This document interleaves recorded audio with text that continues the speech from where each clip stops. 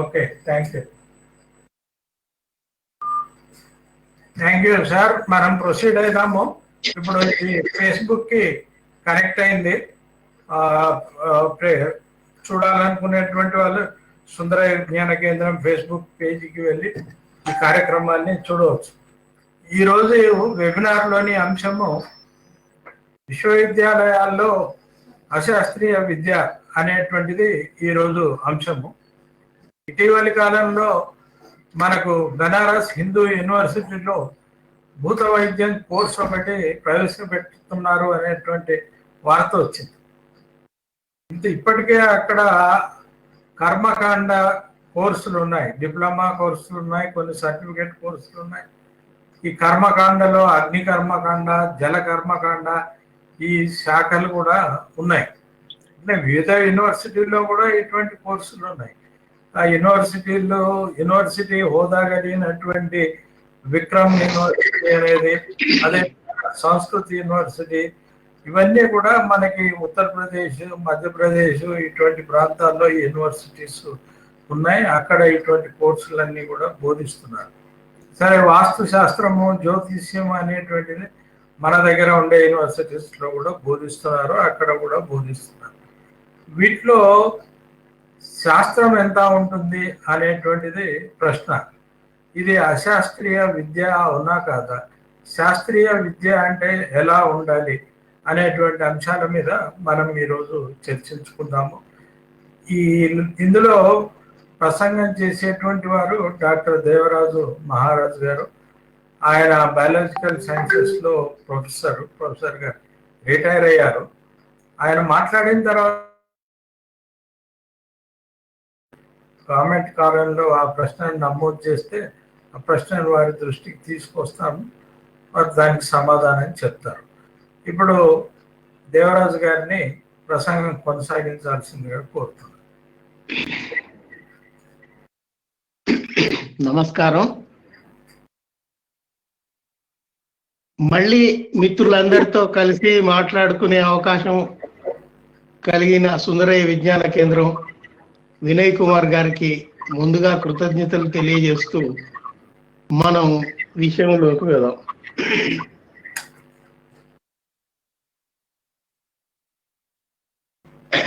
భూత వైద్యం గురించి ఈ మధ్య ఒక ప్రకటన వెలువడింది. అదేమిటి అంటే సర్టిఫికేట్ కోర్స్ అని మనం మాట్లాడుకుందాం. అంతేకాదు, ఈ కోర్సులనే కాదు, మామూలుగా మనం చదువుకునే కరికులంలో రెగ్యులర్ కోర్సులలో కూడా ఎన్నో అశాస్త్రీయమైన అంశాలు ఉన్నాయి. అవి ఎలా ఉన్నాయి, ఎక్కడెక్కడ ఉన్నాయి, వాటి వివరాలు కూడా టూకీగా మీకు చెప్తాను. ఎందుకంటే ఇది ఒక విస్తృతంగా చర్చించాల్సిన అంశము. దాన్ని మనం ఒక 40 నిమిషాల్లో 1 అవర్లోనో అన్ని కవర్ చేయటం అనేది సాధ్యం కాదు. కానీ వీలైనంత వరకు ఎక్కువగా అన్ని చుట్టబెట్టుకొని వచ్చే ప్రయత్నం చేస్తాను. అయితే విషయంలోకి వెళ్లే ముందు ఒక సరదాగా ఒక ఇన్సిడెంట్ తోటి మొదలు పెడతాను. ఆ ఇన్సిడెంట్ ఏమిటి అంటే, యూరోప్లో ఒక పెద్ద చర్చ్ ఉంది. దాని పక్కనే ఆనుకొని ఒక బార్ ఉంది. ఇక్కడ తమాషా ఏమిటంటే, ఆ చర్చి ఒక ఆదివారం తెరిస్తే బారు ఎల్లవేళలా తెరిచి ఉంటుంది. ఎప్పుడు గజిబిజి. ఈ చర్చికి వచ్చిపోయే మతాధికారులకు కానీ భక్తులకు కానీ వీళ్లకు ఈ బారు ఆటంకం కలిగిస్తుంది, డిస్టర్బెన్స్ అని వాళ్ళు అనుకుంటూ ఉంటారు. తర్వాత ఈ బార్ యజమానికి కొంచెం ప్రిడిక్షన్ కూడా తెలుసు, ముందు భవిష్యత్తులో ఏం జరుగుతుంది అనేది కూడా చెప్తుంటాడు. ఈ చర్చికి సంబంధించిన అధికారులు అతని దగ్గరికి పోయి, ఈ చర్చి పక్కనే నీ బారు ఉండటం భావ్యం కాదు, నువ్వు వేరే చోటికి వెళ్ళిపో అని అతన్ని పదే పదే అడుగుతూ ఉంటారు. కానీ మీకు తెలిసిన ఒక అందరికీ తెలిసిన విషయం ఒకటి చెప్తాను. మీరు వైన్ షాపు ఎక్కడైనా చూడండి, అది మురికి కాలువ పక్కలో ఉండని, ఇంకెంత దుర్గంధం ఉండే చోట ఉండని, అక్కడ మాత్రం గజిబిజి ఈగలు దోమలు ముసిరినట్టుగా జనం ముసురుతారా లేదా? మరి వాళ్ళు ఏ వాస్తు చూడరు. అంటే వాస్తుకు అక్కడ విలువే లేదు. జనం మీరు ఎక్కడ పెడితే బార్ కానీ మామూలు లిక్కర్ షాప్ కానీ ఎక్కడ పెడితే అక్కడికి పోతున్నారు కదా. సో అట్లాగే ఇతనికి అక్కడ దొరికింది, బార్ పెట్టుకున్నాడు, ఎల్లవేళలా జనం రాకపోక జరుగుతూ ఉంది. వీళ్ళు పోయి నువ్వు ఇక్కడి నుంచి తీసేయాలి, ఇది ఇంత పెద్ద ప్రెస్టీజియస్ చర్చ్, గొప్ప గొప్ప వాళ్ళందరూ వస్తుంటారు అని అతని మీద ఒత్తిడి పెంచటం ప్రారంభించారు. అతను అంటాడు కదా, నేనెందుకు మారాలి, కొద్ది రోజుల్లో మీ చర్చే ధ్వంసం కాబోతుంది, నాకు తెలుసు, ఐ కెన్ ప్రిడిక్ట్ ఇట్, నాకు తెలుసు, నేనే చెప్తున్నాను కదా, జాగ్రత్త. అయినా మీ ప్రార్థన ప్రేయరు అంతా అయిపోగానే వాళ్లే కదా, మీ వాళ్లే కదా నా దగ్గరికి వస్తారు. ఇక్కడ ఇంకా నేను డిస్టర్బెన్స్ చేసింది ఏముంది? అందరు కాకపోయినా చాలా మంది నా దగ్గరికి వస్తుంటారు. నేను మీకు సహాయమే చేస్తున్నాను కానీ నేను మీకు ఆటంకం కలిగించట్లేని భారీ యజమాని అంటాడు. సరే, ఇట్లా వాదోపవాదాలు జరుగుతూ ఉండగా ఏమైంది అంటే వాతావరణం మారిపోయింది. ఒకరోజు పిడుగుబడింది. ఆ పిడుగు కరెక్ట్ గా బార్ మీదే పడింది. బార్ అంతా ధ్వంసం అయిపోయింది. వీళ్ళు పక్కన ఉన్న వాళ్ళు చూశారు, మనం ఇన్ని రోజులు చెప్తుంటే వాడు వినలేదు, విధవ, ఆ దేవుడు తగిన శాస్తి చేశాడు అని సంబరపడ్డారు. వీడేమనుకుంటాడు భారీ యజమాని, వీళ్ళే ప్రార్థనలు చేసి చేసి చేసి ఆ దేవుణ్ణి ఇంప్రెస్ చేసి నా బారు ధ్వంసం అయ్యేట్టు చేశారు, ఇది దేవుడి పనే, ఈ మతాధికారుల పనే, ఈ భక్తుల పనే అని వాడు గట్టిగా నమ్మి వాడు కోర్టుకు కూడా పోయాడు. కోర్టుకు పోయి ఏమంటాడు, అయ్యా నా బిజినెస్ నేను చేసుకుంటున్నాను, ఈ భక్తుల వల్ల వాళ్ళ దేవుడి వల్లనే నాది బారు ధ్వంసం అయ్యింది, అందువల్ల దానికి అయ్యే ఖర్చు ఎంత అయిందో లాస్, అది కొంచెం నాకు ఇప్పియండి అని వీడు కోర్టుకు పోయాడు. అంటే చూడండి, అక్కడ ఇంతవరకు వాడు దేవుడిని నమ్మని వాడు ఆ దేవుడికి మహిమలు ఉంది, ఆ దేవుడి మహిమ వల్లనే నా బారు కూలిపోయిందని వీడు నమ్ముతున్నాడు. ఇప్పుడు అక్కడేమైపోయింది, ఆ మతాధికారులు భక్తులు వాళ్ళేమంటారు, ఇందులో ఏ మాత్రం ఒప్పుకున్నా కూడా మనమే పెద్ద మొత్తంలో పెనాల్టీ కట్టాల్సి ఉంటుంది కాబట్టి నిర్ద్వందంగా వాళ్ళు కోర్టులో పోయి ఏం చెప్పారంటే, అయ్యా మా నమ్మకం ఉంది కాబట్టి మేము ఏదో ప్రే చేసుకుంటున్నాం కానీ మాకు శక్తులు లేవు, మతాధికారులు అయినంత మాత్రాన మాకేం శక్తి లేదు, మా దేవుడికి కూడా అంతకన్నా శక్తి లేదు. సో వాడి బార్ కూలిపోవటానికి మేము కానీ మా దేవుడు కానీ కారణం కానే కాదు అని వీళ్ళ వాదన. అంటే దేవుడిని నమ్మే వాళ్ళేమో దేవుడిని కారణం కాదు అని అవిశ్వాసం ప్రకటిస్తున్నారు దేవుడి మీద. ఈ బార్ యజమాని వాడికి నమ్మకం లేదు కానీ ఇప్పుడు వాడికి ఇంతో అంతో డబ్బు రాబట్టాలని వాడేం చెప్తున్నాడు, మీ దేవుడే ఇట్లా చేశాడు, మీ భక్తులే చేశారు, మీ మతాధికారులే చేశారని వాడంటున్నాడు. అబ్బే మా దేవుడికి అంత శక్తి లేదు, స్వతహాగా మతాధికారులుగా మాకు కూడా ఆ శక్తి లేవు అని వీళ్ళు చేతులు ఎత్తేస్తున్నారు. ఈ సరదా ఇన్సిడెంట్ మీకు ఎందుకు చెప్పారంటే, అవసరం కొద్దీ వర్షన్స్ మారిపోతూ ఉంటాయి, తప్పితే అక్కడ దేనికి వాల్యూ లేదు. ఇప్పుడు మనం వాస్తవంగా ఆలోచిస్తే ఏమిటి, అదొక ప్రకృతి ప్రళయం వచ్చింది, పిడుగు పడింది, అక్కడే కాకపోతే ఇంకో చోట ఎక్కడో పడేది, అది వాడి బారు ఉన్న చోటే పడింది కాబట్టి అది ధ్వంసమైంది. అది మనం అర్థం చేసుకోవాలి. కానీ నేను ఇక్కడ మీకు చెప్పేది ఏంటంటే, వాస్తు కానీ ఇతరత్ర ఏవైనా కూడా వాళ్ళ స్వప్రయోజనాలు తీర్చుకోవటానికి మాత్రమే వాటిని వాడుకుంటారు, కానీ వీటిలలో దేనికి విలువ లేదు. ఇవి ఏవి విజ్ఞాన శాస్త్రం కిందికి రావు. అది ముందు మనం గ్రహించుకోవాలి. ఇప్పుడు భూత వైద్యం కోర్సు పెట్టాము, రండి అందరూ అని బనారస్ హిందూ యూనివర్సిటీ వారు ఒక ప్రకటన వెలువరించారు. దానికి ఎవరు ఎలిజిబిలిటీ, అర్హులైన వాళ్ళు ఎవరు అంటే డాక్టర్ కోర్సు పూర్తి చేసిన వారు. అంటే రెగ్యులర్గా చదివే ఎంబీబీఎస్ అయినా కానీ, లేదు ఆయుర్వేదిక్ మెడిసిన్ అని ఉంది, BAMS, bachelor of ayurvedic medicine and surgery. ఆ బిఏఎంఎస్ చదివిన వాళ్ళైనా కూడా, ఎంబీబీఎస్ చదివిన వాళ్ళైనా ఇక్కడికి వచ్చి ఈ సర్టిఫికెట్ కోర్సు తీసుకోండి. భూత వైద్యం అంటే ఏంటి? ఇంగ్లీష్లో పారానార్మల్ సైన్స్ అని వాళ్ళు కాయిన్ చేసుకున్నారు. మన లాంటి వాళ్ళని అడిగితే అసలు అది సైన్సే కాదు, ట్రాష్. సరే, వాళ్ళు పారానార్మల్ సైన్స్ అని ఒక పేరు పెట్టుకున్నారు. దానికి ఒక సర్టిఫికేట్ కోర్సు ఇస్తున్నాం మేము. మెడికల్ డాక్టర్స్, ఆయుర్వేదిక్ డాక్టర్లు అయినా మామూలు అలోపతిక్ డాక్టర్లు అయినా రావచ్చు. ఇది ఎందుకు చదవాలి అంటే వాళ్ళు చెప్తే కారణం ఏమిటి అంటే, study of psychosomatic disorders. Psychosomatic disorders అంటే మానసిక రుగ్మతల అధ్యయనం చేయటానికి ఎవరైనా వచ్చి ఈ కోర్సు చదవండి. దీనివల్ల భూత ప్రేత పిశాచాలు వీటన్నిటిని వదిలించవచ్చు అని ప్రకటన. అంతేకాదు,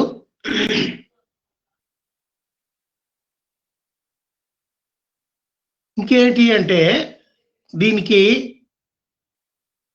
50,000 ఫీజు. ఇప్పుడు బయట రిమోట్ విలేజెస్ లో కానీ, ఏజెన్సీ ప్రాంతాల్లో కానీ అభివృద్ధి ఎక్కడైతే లేదో ఆ ప్లేసెస్ లో ఈ భూత వైద్యులు జనాన్ని బెదిరించి అదిరించి ఏదో ఒక రకంగా డబ్బులు లాక్కుంటూ ఏదో చేయటం మనం చూస్తున్నాం. మనం వాటినే ఖండిస్తున్నాం. అట్లాంటిది ఒక యూనివర్సిటీ స్థాయిలో ఒక కోర్సు పెట్టడము, దానికి 50,000 ఫీజు పెట్టడము, దీన్ని మనం ఎట్లా అర్థం చేసుకోవాలి? ఇది దోపిడీ కాదా? అసలు భూతాలు, ప్రేతాలు, పిశాచాలు ఉన్నాయా? ముందు వాటి నిర్ధారణ జరగాలి కదా.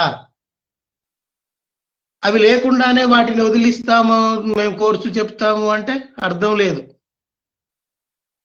First of all you proof ఇవన్నీ ఉన్నాయి, ఆత్మలు ఉన్నాయి, భూతాలు ఉన్నాయి, ప్రేతాలు ఉన్నాయి అని ప్రూవ్ చేసి, ఇవి ఉన్నాయి కాబట్టి మేము ఈ కోర్సు ఇస్తున్నాము డాక్టర్లకు. వాళ్ళు సైకోసోమాటిక్ డిజార్డర్స్, మానసిక రుగ్మతల్ని అధ్యయనం చేయటానికి ఇది పనికొస్తుంది అని మీరు చెప్తే దానికి సబబుగా ఉంటుంది. ఇంకోటి ఏంటి, తొందరగా జనాల్ని ఆకర్షించడానికి బ్యాచ్ నెక్స్ట్ మంత్ మొదలవుతుంది అని కూడా ప్రకటన ఇచ్చారు. కొత్త బ్యాచ్ నెక్స్ట్ మంత్ అంటే తయారైపోయి డబ్బులు సిద్ధం చేసుకొని పరిగెత్తుకుంటూ పోవాలి అని.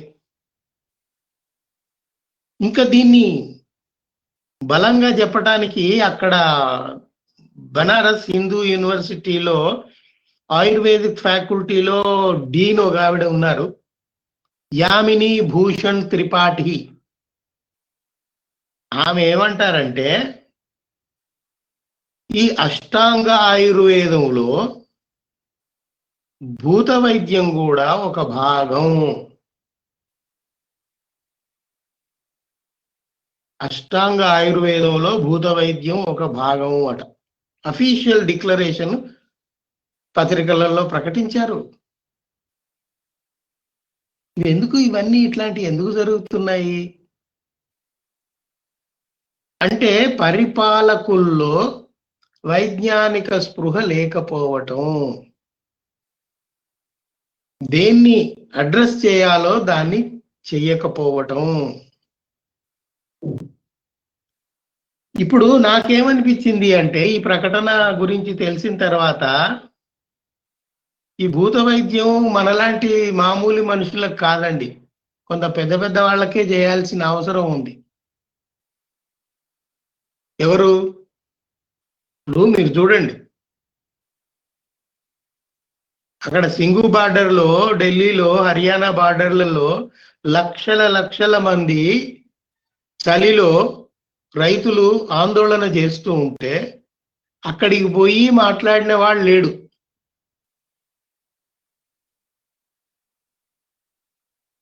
అటు పోకుండా గురుద్వారాలకు పోయి దాని చుట్టూ తిరిగి నమస్కారాలు పెడుతుంటారు.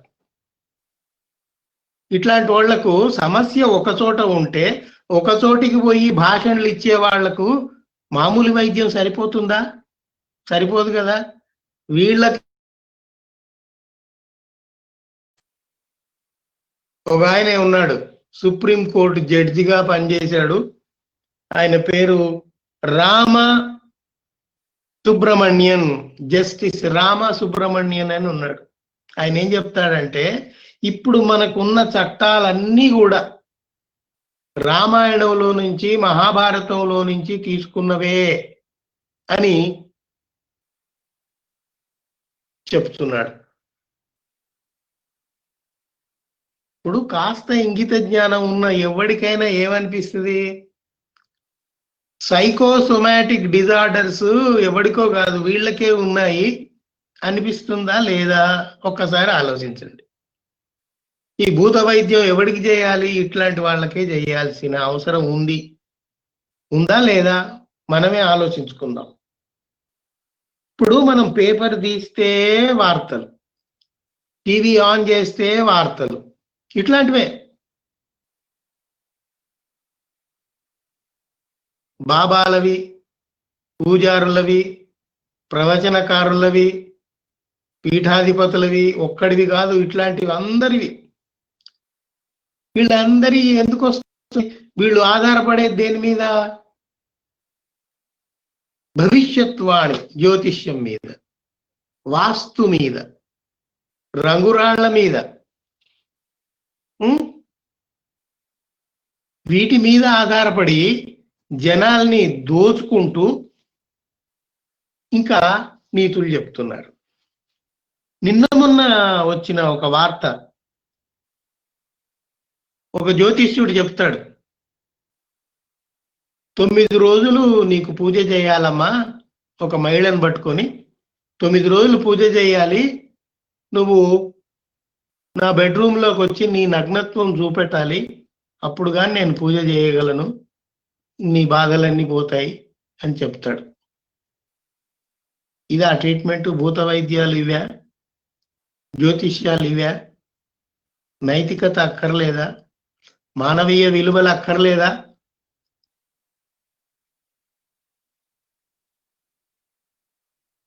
సరే, ఇక పాస్టర్ల సంగతి చెప్పనే అక్కర్లేదు. ఎంతమంది నన్సును పాడు చేస్తున్నారు, ఎంతమంది ఎదవుతున్నారు, రోడ్డు మీదకి ఎక్కారు, ఎంత పెద్ద పెద్ద కేసులు అయినాయి, సుప్రీంకోర్టుల దాకా పోయినాయి. పొద్దున్న లేస్తే పేపర్లలో ఇవే కనబడుతున్నాయి కదా. దేవుడి పేరుతో, మతం పేరుతో, జ్యోతిష్యం పేరుతో, రంగురాళ్ల పేరుతో, న్యూమరాలజీ పేరుతో, ఇవన్నిటితోటి వ్యాపారం చేసుకుంటూ పొట్టబోసుకుంటూ సామాన్య జనాన్ని ఎంత ఇబ్బంది పడుతున్నారు ఒకసారి ఆలోచించండి. ఇవి ఎంత దరిద్రంగా ఉన్నాయి ఈ భూత వైద్యాలు అంటే, ఈ భూత వైద్యము కోర్సు పెట్టడం అవసరమా అనేది ఒకసారి ఆలోచించడానికి నేను 2-3 ఇన్సిడెంట్స్ చెప్తున్నాను. మధ్యప్రదేశ్లో సుందర్ దేవ్ అనే ఓ గ్రామం ఉందండి. అక్కడ బిడ్డకు అప్పుడే పుట్టిన బిడ్డకు చేతికి 6 ఏళ్ళు, కాళ్లకు కూడా 6 ఏళ్ళు ఉన్నాయి. అది మనం చూస్తుంటాం జెనెటికల్ గా కొన్ని ఫ్యామిలీస్ లో అట్లా 6 ఏళ్లతో పుట్టడం మామూలు విషయము, దానివల్ల ఏమీ జరగదు. కానీ అక్కడి భూత వైద్యుడు ఏం చేశాడు అంటే అది అరిష్టము అని ఆ ఎక్స్ట్రాగా పెరిగిన 6 వేలు చేతులకు కాళ్లకు అన్ని కట్ చేశాడు. కట్ చేసి అక్కడ పేడ పూశాడు. పేడ పూసి నీకు ఇంకంతా బాగా జరిగిపోతుంది పో అని అన్నాడు. ఆ బిడ్డ పసిపాప టపీమని చనిపోయింది. ఇట్లా ఇట్లా ఇట్లా మనం ఉదాహరణలు తీసుకుంటే ఎన్ని ఉన్నాయో చెప్పలేం. ఒక చోట మరీ భయంకరమైన సంఘటన జరిగింది. జార్ఖండ్ రాష్ట్రంలో, అది ఎక్కడ గర్వా అనే ప్రాంతం, కొండిరా అనే గ్రామంలో దుష్టశక్తులు ఆవహించాయి అని ఒక మహిళకు త్రిశూలం, పదునైన త్రిశూలం తీసుకొని కళ్ళు పెకిలించారు. ఆ తర్వాత ఒళ్ళంతా కుళ్ళబొడిచారు ఒక భూత వైద్యులు. ఈ భూత వైద్యులు ఎట్లా వచ్చారు అంటే ఈమెకు అనారోగ్యం ఏర్పడ్డందువల్ల డాక్టర్ దగ్గరికి పోకుండా భూత వైద్యుడి దగ్గరికి పోతే ఆ భూత వైద్యుడు చేసిన నిర్వాకం ఇది. సరే, అది పోలీసుల దాకా పోయింది. పోలీసులు వచ్చి భూత వైద్యుడిని, ఆ భూత వైద్యుడి దగ్గరికి తీసుకుపోయిన ఈ బంధువుల్ని అందరినీ కట్టగట్టుకొని అరెస్ట్ చేసి తీసుకుపోయారు. సరే, అదంతా వేరే విషయం. ఇట్లాంటి నమ్మకాలు, మూఢనమ్మకాలు ఎట్లా పెరుగుతాయంటే భూత వైద్యులే అభివృద్ధి పూర్తిగా లేని గ్రామాలలో, ఏజెన్సీ ప్రాంతంలో, అటవీ ప్రాంతాల్లో ఈ భూత వైద్యులు తిరుగుతూ ఏం చెప్తారు అంటే అనారోగ్యం వస్తే గనక ఆసుపత్రికి వెళ్ళకూడదు, అరిష్టము, మీరు నా దగ్గరికి రండి, నేను బాగు చేస్తా అని వాళ్లకు చెప్పటం వల్ల, వాళ్ళల్లో తిరుగుతూ వాళ్ళ మధ్యలో తిరుగుతూ ఇట్లాంటి మాటలు చెప్పటం వల్ల వాళ్ళు నమ్ముతారు. పిచ్చి, అవగాహన ఉండదు, విద్య ఉండదు, ప్రపంచ జ్ఞానం ఉండదు. ఇక్కడ మామూలు తెలంగాణలోనో ఒక రిమోట్ ప్లేస్ లో పిల్లలు పుట్టుతారు అని మహిళలకు ఈ పొట్ట మీద వాతలు పెడతారండి. పొట్ట మీద వాతలు పెడితే పిల్లలు పుడతారా? ఇట్లాంటివి మూఢనమ్మకాలు. ఇవన్నీ నేను ఎందుకు చెప్తున్నానంటే స్వాతంత్రం వచ్చి 7 దశాబ్దాలు దాటిపోయినా కూడా ఎవరో కొందరు ఈ విషయాలలో కృషి చేయటం తప్పించి ప్రధానమైన రాజకీయ పార్టీలు ఏవి వీటి జోలికే రావట్లేదు. ఎందుకు రావట్లేదు అంటే జనం వీటి వల్ల, ఈ దేవుడి వల్ల, పునర్జన్మ వల్ల, ఈ మూఢభక్తి వల్ల వాళ్ళు అట్లా ఉంటేనే వీళ్ళ పబ్బం గడుస్తుంది. జనం చైతన్యవంతులు కావాలని వాళ్ళకు ఉండదు. సరే, మనువాదుల ఆగడాలు మనం పూర్వంలో ఎన్నో చూసాము. సరే, బ్రిటిష్ వాడి కాలంలో కొన్ని చట్టాలు తెచ్చారు, మొత్తం మీద విద్య అందుబాటులోకి వచ్చింది. అంతకుముందు అయితే ఎవడు 1-2 ఆ పై వర్గాల వాళ్ళు తప్ప కింద వర్గం వాళ్ళు ఎవరు చదువుకునే అవకాశమే లేదు కదా. పొరపాటున చదివితే నాలుకలు కత్తిరించారు కదా. బ్రిటిష్ వాడు వచ్చిన తర్వాత సరే, వాడి హెరాస్మెంట్ అవి పక్కన పెడితే విద్య విషయంలో మాత్రము వాళ్ళు చట్టాలు చేయటం వల్ల ఈ మతపరమైన విద్యా బోధనను పక్కకు దోసేసి ప్రపంచవ్యాప్తంగా ఉన్న ఈ సోషలిస్టిక్ అవుట్లుక్ తోటి ప్రపంచ జ్ఞానాన్ని ఇచ్చే భూగోళం, చరిత్ర, సామాన్య శాస్త్రం లాంటివి, మాతృభాష ఇంగ్లీషు, ముఖ్యంగా ఇంగ్లీషు, ఇవన్నీ సిలబస్ లో పెట్టడం వల్ల కదా మార్పు మెల్లగా వస్తూ ఉంది. సరే, ఇంత వచ్చినా కూడా ఎక్కడ మన చేతిలో నుంచి వీళ్ళు వెళ్ళిపోతారో అన్న భయం కొద్దీ ఇగో ఇట్లాంటి ప్రయత్నాలు చేస్తుంటారు. వాస్తు గురించి కోర్సు పెడుతున్నాము, జ్యోతిష్యం గురించి కోర్సు పెడతాము. ఇప్పుడు నిన్ననో మొన్ననో నాకు ఒక న్యూస్ కనబడింది. ఒక జ్యోతిష్యుడు ఏం ప్రకటించుకున్నాడు అంటే 40,000 ఇస్తే తాయెత్తు గడతా, గ్యారంటీగా ఇంటర్ పాస్ అవుతారు. అంటే ఆ టీనేజ్ పిల్లలు వాళ్లకు ఎరవేయటం అనమాట. అరే తప్పక పాస్ అవుతామట, మనము ఎట్లాగో అమ్మా నాన్నను పీడించి ఎట్లాగో డబ్బులు తెచ్చి కట్టేస్తే మనము గట్టెక్కొచ్చు. ఇప్పుడు దీని గురించి, ఈ జ్యోతిష్యం గురించి చాలా మంది ఏం చెప్తారంటే, అంటే విజ్ఞులు, కొన్ని నిజమవుతున్నాయి కదా, కొన్ని కరెక్ట్ చెప్తున్నారు కదా అని అంటారు. నిజమేనండి, మీరు చీకట్లో కూర్చొని ఓ రాయి తీసుకొని వేయండి, దేనికో దానికి తగులుతుంది. దాన్ని సైంటిఫిక్ వే ఆఫ్ మెథడాలజీగా మనం తీసుకోలేము కదా. చీకట్లో కూర్చొని రాయేస్తే దేనికో దానికి తగులుతుంది. అట్లాగే వీళ్ళు చెప్పే జ్యోతిష్యం కూడా దేనికో దానికి తగులుతుంది. అది చెబితే ఓ దానికి తగులుతుంది. అబ్బో ఆ దానికి వీళ్ళు మురిసిపోయి, ఆయన చెప్పాడు కదా, ఆ జ్యోతిష్యుడు చెప్పింది కరెక్ట్ అయిపోయింది మా జీవితంలో అని ఉబ్బి తబ్బిబ్బైపోతుంటారు. ఇప్పుడు మనం ప్రతిదీ సైంటోమెట్రిక్ తోటి కొలుచుకోవాలి. సైంటోమెట్రిక్ అంటే శాస్త్రీయ అంశాల కొలమానం.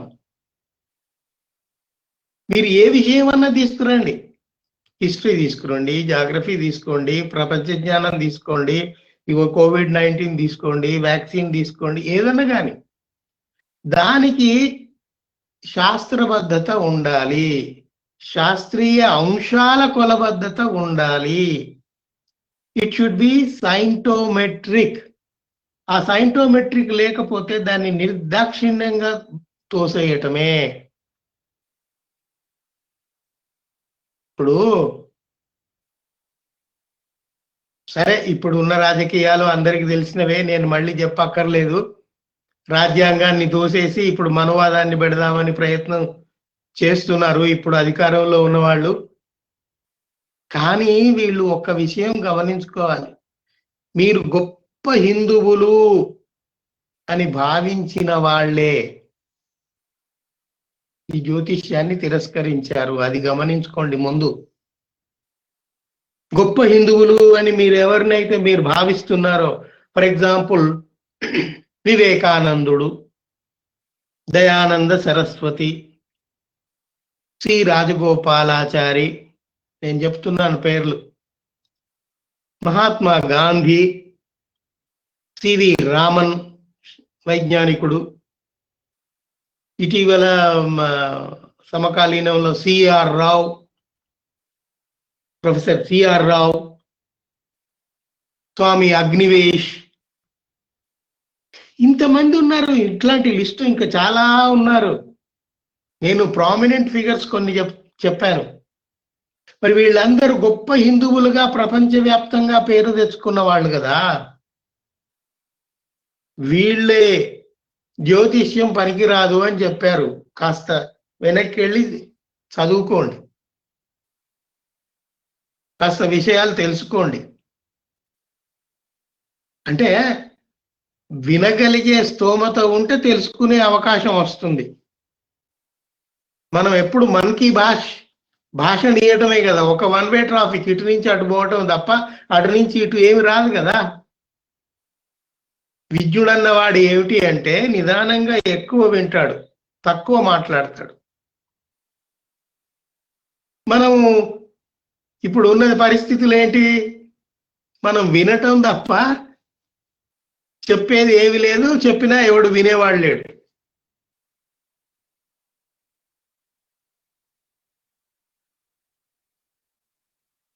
ఒక పెద్ద ఆయన అన్నాడు, నేను ఈ పెద్ద పెద్ద వీటికి పోయాను, పాస్టర్ల దగ్గరికి కానీ, మత పెద్దల దగ్గరికి కానీ, పీఠాధిపతుల దగ్గరికి కానీ, అక్కడ పోతే ఏమైంది అంటే వాళ్ళు చెప్పింది మనం వినటమే కానీ మనం చెప్పేది వాళ్ళు వినరండి అని అన్నాడు బయటకు వచ్చి. ఇప్పుడు మన పాలకులు కూడా అదే పద్ధతిలో ఉన్నారు. ప్రజలు ఏమంటున్నారు అనేది వాళ్ళకి అక్కరే లేదు. ప్రజల బాధ ఏమిటో వాళ్ళకి అక్కర్లేదు. లేకపోతే వరుసగా ఇన్ని ఎందుకు జరుగుతాయండి? పౌరసత్వ చట్టం తెచ్చితే అది జనం తిప్పి కొట్టారు కదా. ఇప్పుడు రైతులకు చట్టాలు తెచ్చారు, తిప్పి కొడుతున్నారు. మీరు ప్రజల నాడి తెలుసుకోండి, ప్రజలు ఏమంటున్నారో తెలుసుకోండి. అంతేగాని ఇది ఇంతే, నీ మీద మేము భారం మోస్తాము అంటే దేశం సుభిక్షంగా ఉండదు. వైజ్ఞానిక స్పృహ అనేది పెరగదు. ఇంకొకటి మీకు నేను ఇంత ఎందుకు మాట్లాడుతున్నానంటే, రాజ్యాంగంలో 51A ఏముంది ఒక్కసారి అందరూ చదువుకోండి.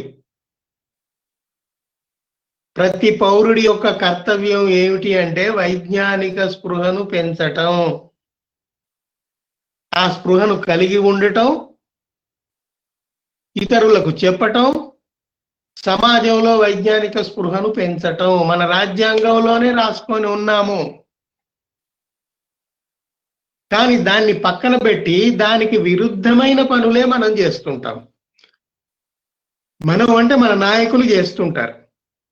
సరే, సామాన్య పౌరుల్లో కూడా చాలా మంది ఉన్నారు, పెద్ద పెద్ద పొజిషన్లో ఉంటారు, కానీ ఏమాత్రము వైజ్ఞానిక స్పృహ లేకుండా ప్రవర్తిస్తుంటారు. మనం ఎంతో మందిని చూస్తుంటాం. మీరు ఇంత సైన్స్ అంటున్నారు కదా, ఈ సైన్స్ ఏం చేస్తుందండి? మా ఆధ్యాత్మిక ధోరణి కానీ, మా ధర్మ ప్రబోధాలు కానీ మనిషిలో నైతికత పెంచుతుంది అని అంటారు కొంతమంది. దానికి సమాధానం నేనేం చెప్తున్నానంటే, సైన్స్ వల్లనే నైతికత పెరిగింది. ఎట్లా పెరిగింది? ఇదివరకు గుళ్ళల్లో, ఈ మత ఆలయాలలో, ప్రార్థనా స్థలాల్లో విపరీతంగా దొంగతనాలు అయ్యేవి కదా. ఇప్పుడు సీసీ కెమెరాలు వచ్చాక అవి తగ్గాయి. సీసీ కెమెరాల వల్ల అవి రికార్డ్ అవుతుంది, నేను ఇవాళ కాకపోయినా ఇంకో వారం 10 రోజులకైనా దొరుకుతాను అన్న భయం వల్ల జనాలు కొంచెం భయపడుతున్నారు. అంటే ఏమిటి? ఆ భయమో భక్తో ఏదో ఒకటి, కానీ వాడి నైతికత, అబ్బో మనం ఈ తప్పు పని చేయకూడదు, మనం అందులో ఇరుక్కుంటాం అనే భయం, అనే భావం వాడికి దేని వల్ల కలుగుతుంది? సైన్స్ వల్లనే కదా సీసీ కెమెరాలు వచ్చినాయి. సీసీ కెమెరాలు వచ్చినందువల్లనే కదా దొంగతనాలు బయటపడ్డాయి. సీసీ కెమెరాలు వచ్చినందువల్లనే కదా ట్రాఫిక్ ఒక పద్ధతిలో పోతుంది. సీసీ కెమెరాలు వచ్చినందువల్లే కదా ఇంత పెద్ద గోల్డ్ షాప్స్ అయితేంది, మాల్స్ అయితేంది, అన్ని కొంచెం భద్రంగా ఎందుకుంటున్నాయి అంటే జనంలో ఒక నైతికత, ఒక భయాన్ని కలిగించి, లేదు మనం ఇట్లాంటి పనులు చేయకూడదు, దొరికిపోతాము అనేది ధర్మం గాని, ఆధ్యాత్మిక గాని, దేవుడు గాని చేయలేదు. ఘంటాపదంగా నేను చెప్తా. దేవుడు చేయగలిగితే మరి దేవుడి హుండీలే చోరీ అయితే దేవుడు ఏం చేస్తున్నాడు? దేవుడు ఏం చేయట్లేదు, చేయలేడు. అసలు ఉంటే కదా చేయటానికి. అది నీ భావన. నేను ఇందాక ప్రధాన రాజకీయ పార్టీలు దేవుడు, పునర్జన్మ, మూఢనమ్మకాల మీద దృష్టి పెట్టలేదు అని గట్టిగా ఎందుకు చెప్తున్నానంటే, ఇందుకే. దృష్టి పెడితే ఈ 70 ఏళ్లలో మనకు కొంతలో కొంత మార్పు వచ్చేది. దాన్ని పక్కన పెట్టి మనం ఇతరత్ర విషయాల మీద వాళ్ళు అట్లా ఉంటేనే మన పబ్బం గడుస్తుంది అని బూర్జువా పార్టీలు అనుకున్నాయి. లేదు ఈ కార్మికుల కర్షకుల యొక్క పోరాటాలను మనం పట్టుకుందామని వామపక్ష రాజకీయ పార్టీలు అనుకున్నాయి. అన్ని సరే, నేను అనేది ఏంటంటే మరి ఇది అన్నిటికీ రూట్ కాజ్ గా ఉన్న ఈ మూఢనమ్మకాలు, జ్యోతిష్యము, వాస్తు, పునర్జన్మలు, ఈ పిచ్చి నమ్మకాలన్నిటి మీద ఎందుకు మనం అడ్రస్ చేయలేదు, మనం ఎందుకు దృష్టి పెట్టలేదు? తర్వాత ఇప్పుడంటే భూత వైద్యం మీద ఆ కోర్సు గురించి ప్రకటన వచ్చింది. అంతకు ముందు కూడా జ్యోతిష్యం మీద ఒకసారి ప్రకటన వచ్చినప్పుడు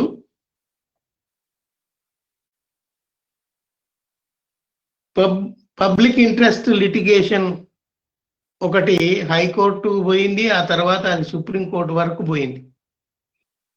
దాన్ని తీసుకుపోయింది ఎవరో మీకు గుర్తుండే ఉంటుంది, లేకపోతే చెప్తాను. పుష్యమిత్ర భార్గవ, డాక్టర్ పిఎం భార్గవ అని ఇక్కడ మన దగ్గర ఉన్న సిసిఎంబి ఫౌండర్ డైరెక్టర్. ఆ సంస్థను ఆయనే ప్రారంభించాడు, ఆయనే డైరెక్టర్గా పనిచేశాడు. ఆయన గురించి మనం రెండు మూడు విషయాలు ఎందుకు చెప్పుకోవాలంటే, బహుశా ఫిబ్రవరిలో ఎప్పుడో ఆయన బర్త్డే వస్తుంది. ఆయన అసలు అజ్మీర్ వాడు. అజ్మీర్ నుండి అక్కడ లెక్చరర్గా పనిచేసి మన ఉస్మానియా యూనివర్సిటీకి వచ్చి ఇక్కడ చేరాడు. ఉస్మానియా యూనివర్సిటీలో చేరి కొంతకాలం పనిచేసినాక ఆ పక్కనే ఉన్న రీజనల్ రీసెర్చ్ ల్యాబొరేటరీ అని ఉంది, అందులో సైంటిస్ట్గా చేరాడు.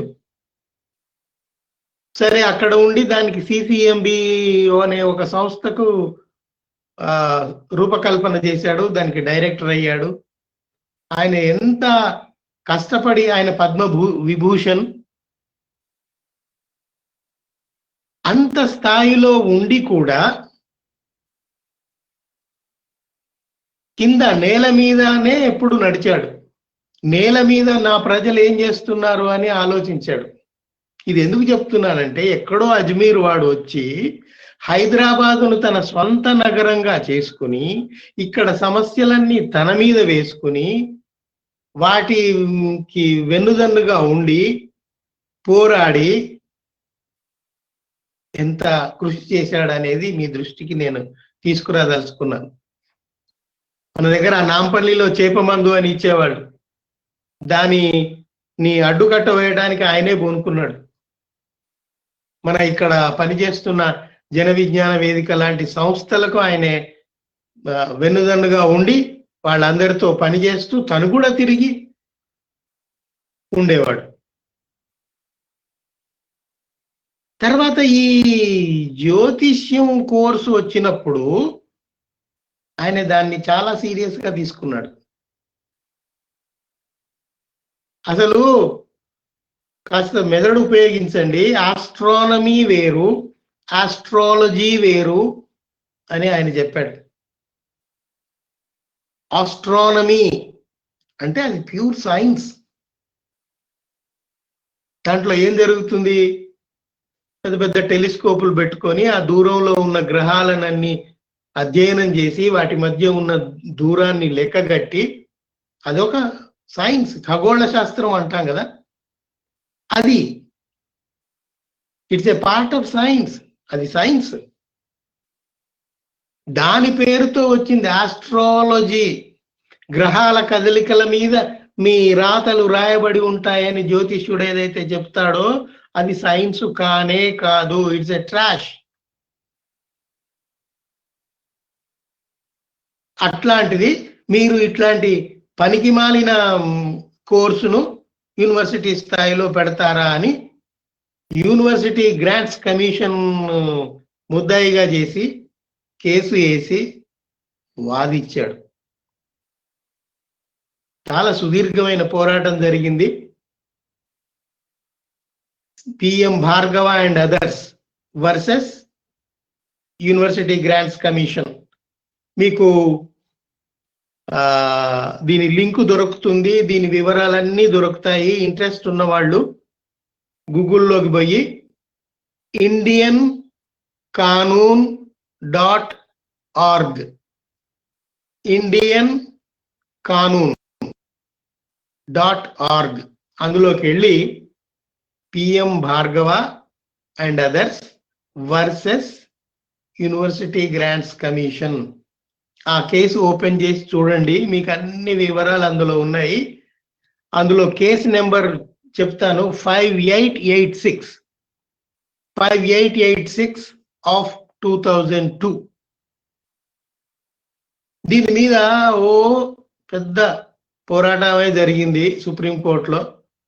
చీఫ్ జస్టిస్ ఆఫ్ ఇండియా ఆయన బెంచ్ మీదనే ఇది జరిగింది. ఆయన అప్పుడు జిపి మాథూర్ అని, అది ఎన్నడూ 5/5/2004 వెలువడింది. ఇక్కడ అన్ని వివరాలు చెప్పడానికి వీలు కాదు కాబట్టి నేను indianqanun.org చెప్పాను. మీరు అందులోకి వెళ్ళి వివరాలన్నీ చూడండి. ఈయనతో పాటు ఆ కేసులో ఉన్నది ప్రొఫెసర్ కె సుభాష్ చంద్రారెడ్డి, ఆయన head department of political science Osmania university. ఆయనతో పాటు చందన చక్రవర్తి అని ఒక రైటర్. ఇంకా అది వీళ్ళందరినీ వాళ్ళు డిస్క్రైబ్ చేశారు. అసలు ఇది ఆస్ట్రాలజీ అనేది సైన్స్ కాదు అనేది వీళ్ళ వాదన.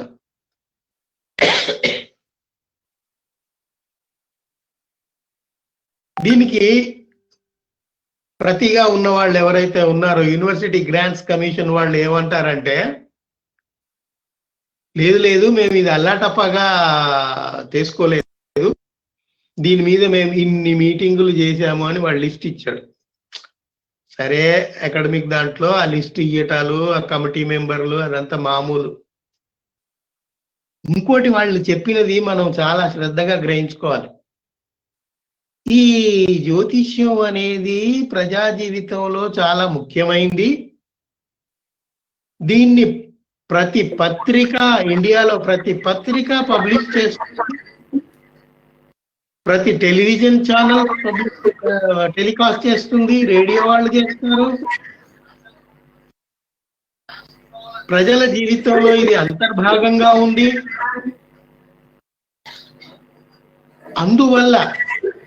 అందువల్ల మేము దీన్ని ముఖ్యమైనదిగా భావించి దీన్ని కోర్సు పెట్టాలని అనుకున్నాము అని వాళ్ళు వాదించారు, వాళ్ళ లాయర్.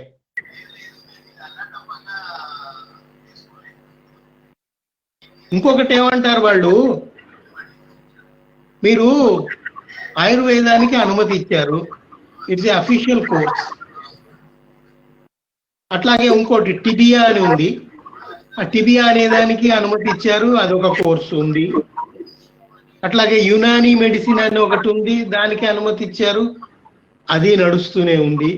ఇవన్నీ నడుస్తూ ఉండగా ఆస్ట్రాలజీకి, జ్యోతిష్యానికి ఎందుకు అనుమతి ఇయ్యరు అని వాళ్ళు ఫైట్.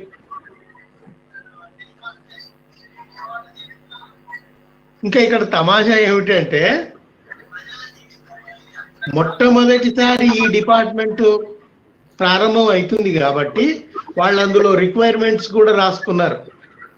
ఈ డిపార్ట్మెంట్ ఒకటి ఎస్టాబ్లిష్ చేయాలి, దీంట్లోకి ఒక ప్రొఫెసర్ కావాలి, ఒక రీడర్ పోస్ట్ కావాలి, 2 లెక్చరర్లు కావాలి, ఒక లైబ్రరీ అసిస్టెంట్ కావాలి, ఒక కంప్యూటర్ ఆపరేటర్ కావాలి. వీళ్ళంతా స్టాఫ్ తోటి 15 లక్షల అమౌంట్ తోటి ఈ డిపార్ట్మెంట్ స్టార్ట్ కావాలి అని వాళ్ళు అప్పుడు ప్రారంభంలో ఒక ఇది పెట్టారు. కానీ సరే, మన వాళ్ళు అడ్డుకున్నారు దాన్ని. ఇదంతా waste of money, waste of energy, అసలు ఇది సైన్సే కాదు. అసలు సైన్స్ అంటే ఏమిటి? ఏదైనా సిస్టమాటిక్ స్టడీ. ఇప్పుడు ఆస్ట్రానమీ ఉంది అంటే అది సిస్టమాటిక్ స్టడీ. వాళ్ళు టెలిస్కోపులు వేసుకొని రాత్రింబగళ్ళు అందులో చూసి గ్రహాల కదలికలు అధ్యయనం చేసి లెక్కలు కట్టి దానికి అంత పని ఉంది. ఆస్ట్రాలజీకి ఏముంది, జ్యోతిష్యానికి ఏముంది? ఏళ్ల మీద చూసి, ఆ మొహం చూసి, వాడి దగ్గర ఎన్ని డబ్బులు లాక్కోవాలో చూసి, ఏదో నోటికి దోచింది చెప్పి తీసుకోవడమే కదా. దానికి దీనికి అసలు పోలికే లేదు. It is not a systematic study at all. Science కు ఉండే ప్రాథమిక లక్షణాలే ఈ సబ్జెక్టుకు లేవు. చేతి గీతలు చూస్తారా? చేతి గీతలు ఏంటంటే మీరు చూసేది పిండ దశలో గర్భం ఏదైతే ఉందో ఎంబ్రియో, అది ఇట్లా ముడుచుకొని ఉంటుంది కాబట్టి ఆ ముడతల వల్ల ఆ గీతలు ఏర్పడతాయి. మీరు నన్నే కాదు, యు ఆస్క్ ఎనీ బయాలజిస్ట్, వాడు చెప్తాడు ఇది. దీనికి ఏదో విలువ ఉంది, దీనికి ఏదో అదృష్టం ఉంది అని వీళ్ళంతా కల్పించి డబ్బులు వసూలు చేయడానికి అల్లుకున్న శాస్త్రము. ఇంకొక విషయం నేను గట్టిగా చెప్పదలుచుకున్నాను. ఈ జ్యోతిష్యాలు ఇవి ఇక్కడ ఇండియాలోవి కానే కాదు. ఫర్ యువర్ గుడ్ ఇన్ఫర్మేషన్, ఇవన్నీ బాబిలోనియా సంస్కృతిలో నుంచి మనోళ్ళు కాపీ కొట్టి తెచ్చి ఇక్కడ రాసుకున్నారు. మీరు కొంచెం హిస్టరీ ఆఫ్ సైన్స్ లోకి వెళ్ళి ఇది ఇండియాలోకి ఎట్లా వచ్చింది అనేది కొంచెం మీరు లోతుల్లోకి పోతే మీకు వివరాలన్నీ తెలుస్తాయి. ఇంకొక తమాషా మీరు చూడండి.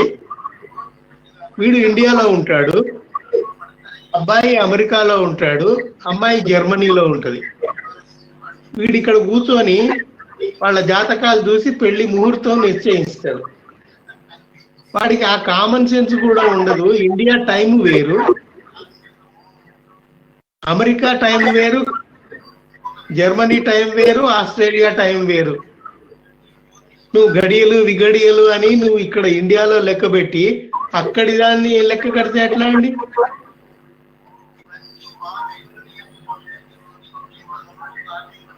ఇప్పుడు ఉదాహరణకు మనం ఇప్పుడు ఇక్కడ మాట్లాడుకుంటున్నాము, ఆస్ట్రేలియా టైం చూస్తే మీకు ఒక 6 గంటలు ముందు ఉంటుంది. అది కెనడా టైం చూస్తే 10 గంటలు వెనక ఉంటుంది. ఇంకా ఇప్పుడే అక్కడ తెల్లవారి ఉంటది. 10 గంటల ముందు అంటే ఇప్పుడే అక్కడ తెల్లవారి ఉంటది, ఇక్కడ మనకేమో చీకటి పడుతుంది. సో ఈ టైమును కూడా పరిగణలోకి తీసుకోకుండా, ఆ పరిజ్ఞానం కూడా లేకుండా ఇక్కడ కూర్చొని మీనమేషాలు లెక్క పెట్టి, ముహూర్తాలు పెట్టి, జ్యోతిష్యాలు చెప్పి ఏంటండి అది? వీటికి అర్థం ఉందా? ఒక్కసారి let us use our common sense. పెద్ద పరిజ్ఞానం అక్కర్లేదు, కామన్ సెన్స్. ఆ కామన్ సెన్స్ ను ఉపయోగించి మనం ఆలోచిస్తే గనక ఇవన్నీ ట్రాష్, అంత waste of energy, waste of money అనేది మనకు అర్థమవుతుందా? అర్థం కావట్లేదా? ఒక్కసారి ఆలోచించండి సార్. మీరు కన్క్లూడ్ చేస్తే మనం క్వశ్చన్స్ టేకప్ చేద్దాం. ఓఎస్ ఒక్క 5 minutes లో కొన్ని విషయాలు ఉన్నాయి, చెప్పండి. మహిళలకు సంబంధించి అవి చెప్పి ముగిచ్చేస్తా. ఎట్లాగ ముగిచ్చేవాడినే. ఇప్పుడు ఇవి జ్యోతిష్యము సరే, వాస్తు, భూత వైద్యము ఇవన్నీ మనం ఇందాక మాట్లాడుకున్నాము. ఇవి కాకుండా నార్మల్ కోర్సులో మనం చదువుతున్న మామూలు చరిత్ర, భూగోళం, సామాజిక శాస్త్రం, హిందీ ఇట్లాంటి భాషలు, వీటికి సంబంధించిన పాఠ్య గ్రంథాల్లో మన భారతదేశంలో ఎట్లాంటి విషయాలు ఉన్నాయి అని నేను ఎక్కువ లోతుల్లోకి పోను. ఒక 4-5 అంశాలు చెప్పి ముగిస్తాను.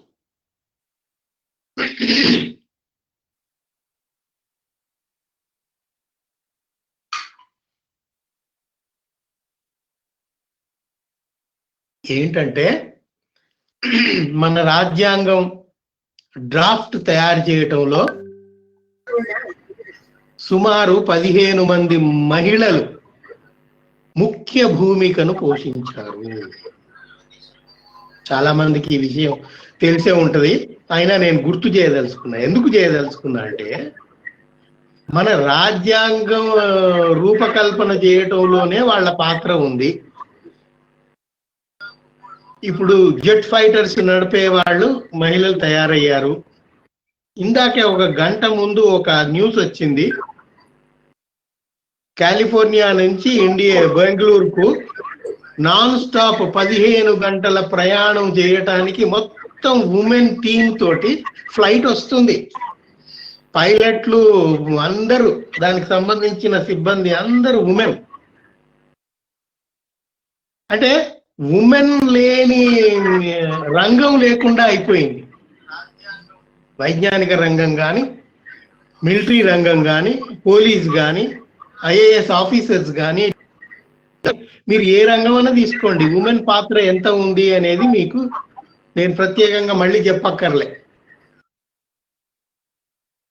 సరే, ఇప్పుడు జరుగుతున్న కుట్ర ఏమిటంటే, మనం అఖండ హిందూ భారత్ను ఎస్టాబ్లిష్ చేయాలి అని ఇప్పుడున్న పాలకులు చెప్తూ ఉంటారు. అదే పిచ్చినాయనలారా, అసలు హిందూ భారత్ అనేది గతంలో ఎప్పుడూ లేదు. అంత పెద్ద సామ్రాజ్యాన్ని పాలించిన వాడు అశోకుడు. అశోకుడు బుద్ధిస్ట్. ఈ హిందూ సామ్రాజ్యం ఎట్లా అయింది? సరే, అంత పెద్ద రాజ్యం మళ్ళీ పరిపాలించిన వాడెవడు? బాబర్, అక్బర్ కాలంలో కూడా అటు ఆఫ్ఘనిస్తాన్ నుంచి ఇదంతా ఒక ఖండంగా ఉండేది. ఆయన ఎవరు? ముస్లిం రాజు. నీ హిందూ రాజు ఎక్కడా? హిందూ రాజులు ఎప్పుడు చిన్న చిన్న రాజ్యాలలో కొట్టుకు తెచ్చేవాళ్ళు తప్ప అంత అఖండ హిందూ భారత్ను ఎవ్వడూ పాలించలేదు. ఇది సత్యము, నిజము. అది ఒప్పుకోరే. అది ఒప్పుకోకుండా మనము అఖండ హిందూ భారత్ సాంప్రదాయం అసలు లోగనే లేదు. ఇంకా ఇప్పుడు నువ్వేం చేస్తావు? సరే, అది పోనీయండి. సెకండ్ వరల్డ్ వార్ లో జపాన్ అమెరికాపై అణుయుద్ధం ప్రకటించింది. It's a false information written in Gujarat text books. నేను కొన్ని స్టేట్స్ చెప్తాను, గుజరాత్ లో, రాజస్థాన్ లో, తర్వాత కొన్ని స్టేట్స్ లో చెప్తాను. ఇది టెక్స్ట్ బుక్స్ లలో ఉంది. పిల్లలకు అవాస్తవాలు, అబద్ధాలు చెప్తున్నాము. ఇంకా రాజస్థాన్ లో ఒక టెక్స్ట్ బుక్ లో ఉంది, ఏముంది? గాడిదలకు మహిళలకు పోలిక చూపబడింది. చూడండి, మహిళలకు గాడిదలకు పోలిక ఏం చూపబడింది అంటే, గాడిదలకు కాసేపు చెట్టు కింద విరామం ఇయ్యొచ్చు, కానీ మహిళలకు ఇయ్యకూడదు అని రాశారు అందులో, టెక్స్ట్ బుక్ లో అండి. It is not a magazine story. ఎవడో ఏదో తోసింది రాయటం కాదు. పిల్లలు చదువుకునే పాఠ్య గ్రంథంలో ఇట్లాంటి అంశం ఉండవచ్చా? ఇంకొక చెణుకు కూడా ఉంది అందులో. గాడిద పోతే వెంబడే దొరుకుతుంది, మనం దొరకబట్టుకోవచ్చు. ఎందుకంటే దానికి పుట్టింటికి పారిపోయే అవకాశం గాడిదలకు లేదు. అంటే ఎంత కించపరుస్తున్నారు మహిళలు అనేది ఇక్కడ మనం గమనించాలి. ఇది రాజస్థాన్ టెక్స్ట్ బుక్ లో ఉంది. అంటే ఒక షెడ్యూల్ తయారైనప్పుడు, దానికి పాఠ్య ప్రణాళిక ఉన్నప్పుడు, దానికి కొంతమంది సభ్యులు ఉన్నప్పుడు, వాళ్ళ మీద ఆఫీసర్లు, అధికారులు ఉన్నప్పుడు ఎంతో స్క్రూటినీ చేసిన తర్వాత ఆ టెక్స్ట్ బుక్ లోకి ఆ విషయం రావాలి కదా. ఇట్లా అవాకులు చెవాకులు రాయొచ్చా? అయితే ఇది పసిగట్టి ఒక నేషనల్ ఛానల్ రిపోర్టర్ పోయి అడిగితే, అక్కడున్న ఆ డిస్ట్రిక్ట్ ఎడ్యుకేషనల్ ఆఫీసర్ కు అడిగితే ఆయన ఎంత తేలిగ్గా తీసేస్తాడంటే, ఏదో పిల్లలకు సరదాగా ఉంటుందని అట్లా రాసి ఉంటారులేండి, దాన్ని అంత సీరియస్ గా తీసుకోకండి ఇది సీరియస్ గా తీసుకోకుండా వదిలేయవలసిన విషయమా? దయచేసి ఆలోచించండి.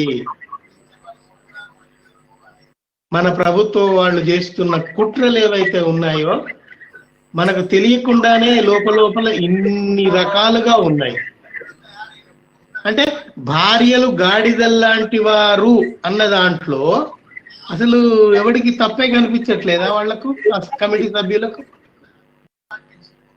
ఇంకొక విషయం చెప్తా మీకు. సిబిఎస్ఈ అని ఒకటి ఉంది, central board of secondary education.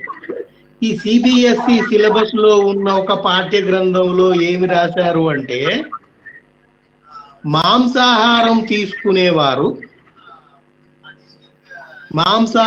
తీసుకునేవారు అబద్ధాలు చెబుతారు, అల్లర్లు సృష్టిస్తారు, లైంగిక దాడులు చేస్తారు, వీరికి నిజాయితీ నిబద్ధత ఉండదు.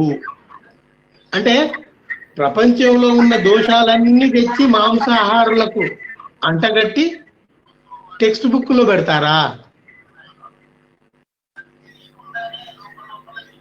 ఇప్పుడు ఈ స్వామీజీలు, బాబాలు వీళ్ళందరూ నైతికంగా ఎంతో గొప్పవాళ్ళమని చెప్పే వాళ్ళే అనైతికంగా ప్రవర్తిస్తూ భూ కబ్జాలలో, లైంగిక దాడులలో బుక్ అయిపోతూ జైళ్లలో మగ్గుతున్న వాళ్ళు బోలెడంత మంది ఉన్నారు కదా. వాడెవడో మాంసాహారం తింటాడని తప్పులన్నీ వాడికి అంటగడితే మరి ఈ శాకాహారులలో ఇంతమంది ఎందుకు తేలుతున్నారు, ఎందుకు జైళ్లలో పోతున్నారు? కొంచెం మనం ఆలోచించాలి కదా. ఇది చాలా సీరియస్ అయింది. ఈ మ్యాటర్ మీద కూడా చాలా సీరియస్ అయ్యి రిపోర్టర్స్ అందరూ పోయి ఆ సిబిఎస్ఈ డైరెక్టర్ ను పట్టుకొని ఊపిరి మెసలకుండా ప్రశ్నలు గుప్పిస్తే అతను ఏం చెప్పాడంటే, ఒక అరగంట వేధించిన తర్వాత చివరికి నిజం చెప్పాడు.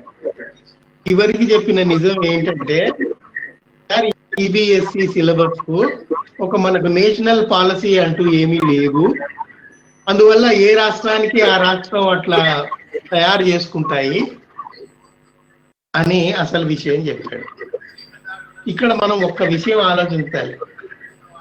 స్వాతంత్రం వచ్చి ఇన్నేళ్ళు అయిపోయిన తర్వాత కూడా మనకు ఎడ్యుకేషన్ పాలసీ అంటూ ఒకటి, నేషనల్ పాలసీ ఉండకూడదా? అవసరం లేదా? ఎవడికి దోచింది వాడు ఇట్లా అవాకులు చెవాకులు రాసుకోవచ్చా? మహిళల్ని ఇంత కించపరుస్తూ రాసుకోవచ్చా? ఇంకొక విషయం, ఇంకా చాలా బాధ కలిగించే విషయం ఇంకొకటి ఉంది. ఇది ఛత్తీస్గఢ్ లోని ఒక పాఠ్య గ్రంథంలో ఉంది. ఛత్తీస్గఢ్ పాఠ్య గ్రంథంలో ఏముంది అంటే, దేశంలో నిరుద్యోగ సమస్యకు కారణం ఎవరు అంటే మహిళలు అని రాసుకున్నారు వాళ్ళు. అట్లా ఎందుకు రాసుకున్నారు అంటే,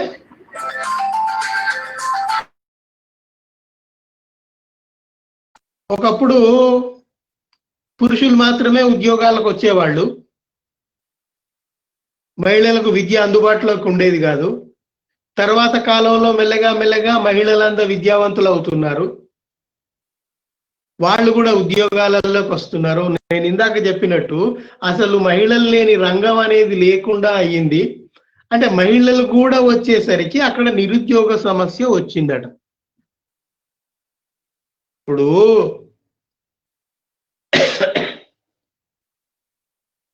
అది రాష్ట్ర ప్రభుత్వమైనా కేంద్ర ప్రభుత్వమైనా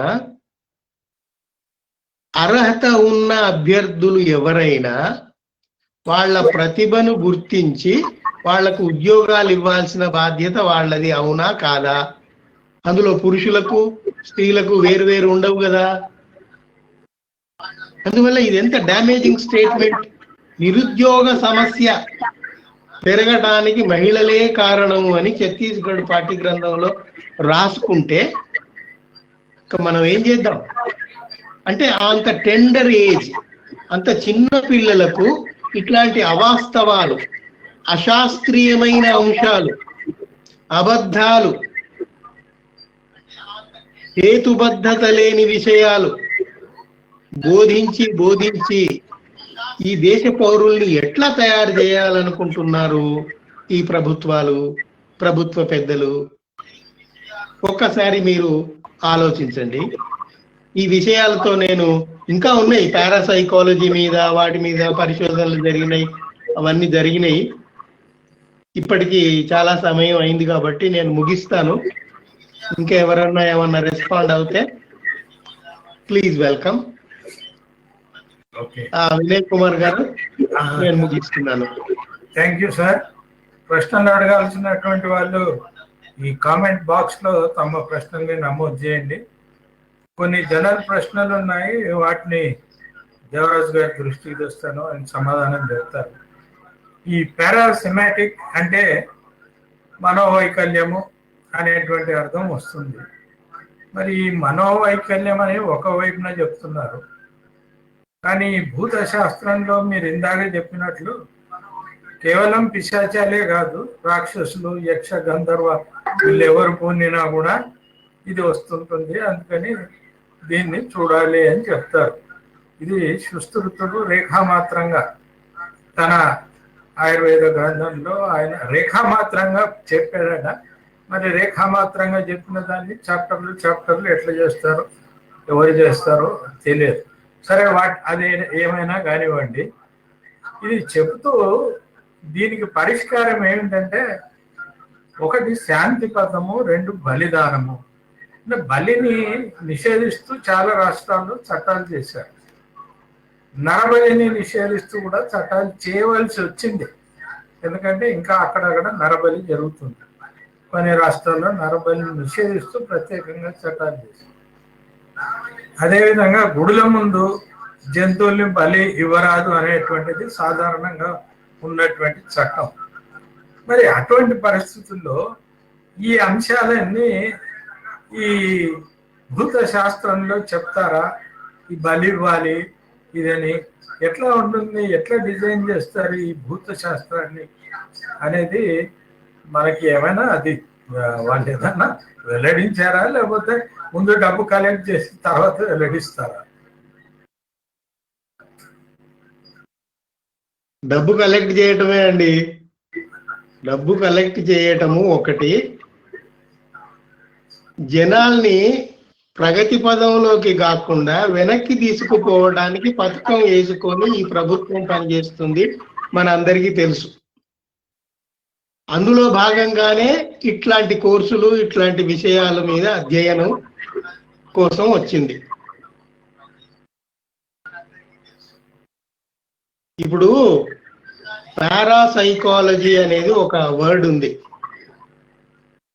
ఈ పారాసైకాలజీ ఏంటి అంటే దాన్ని అనేక పేర్లతో పిలిచారు. లైక్ ప్రికాగ్నిషన్ అన్నారు, సైకోకైనసిస్ అన్నారు, టెలికైనసిస్ అన్నారు, చాలా ఉన్నాయి. సరే, ఇవన్నీ ఏమిటి అంటే దానికి రుజువులు, ప్రయోగాలు ఏమీ లేవండి. ఇప్పుడు భూత వైద్యానికి కూడా వాడేదో ఫీజు పెడతాడు, వాడేదో చెప్తాడు, ఇది నమ్మమంటాడు. ఇప్పుడు విశ్వాసం మీద పోయేదానికి శాస్త్రీయ నిరూపణలు ఎట్లా ఉంటాయి? ఉండవు. ఎక్స్పెరిమెంట్, దానికి తగిన లెబొరేటరీస్ ఉంటాయి, వాటిని పరిశోధిస్తాం, పరిశీలిస్తాం, అనేక సార్లు చేస్తాం. ఇంకొకటి, ఇక్కడ ఇండియాలో చేస్తే ఏ రిజల్ట్ వచ్చిందో జపాన్లో చేస్తే అదే రిజల్ట్ రావాలి, జర్మనీలో చేసినా అదే రిజల్ట్ రావాలి. That is science. ప్రపంచంలో ఎక్కడ ఏ రిజల్ట్ రాదు, మా ఇండియాలోనే వస్తుంది, బెనారస్ హిందూ యూనివర్సిటీలోనే వస్తుంది అంటే it is not science, it is non science. I'm using two words, non science, science కానిది, ఆర్ నాన్ సెన్స్.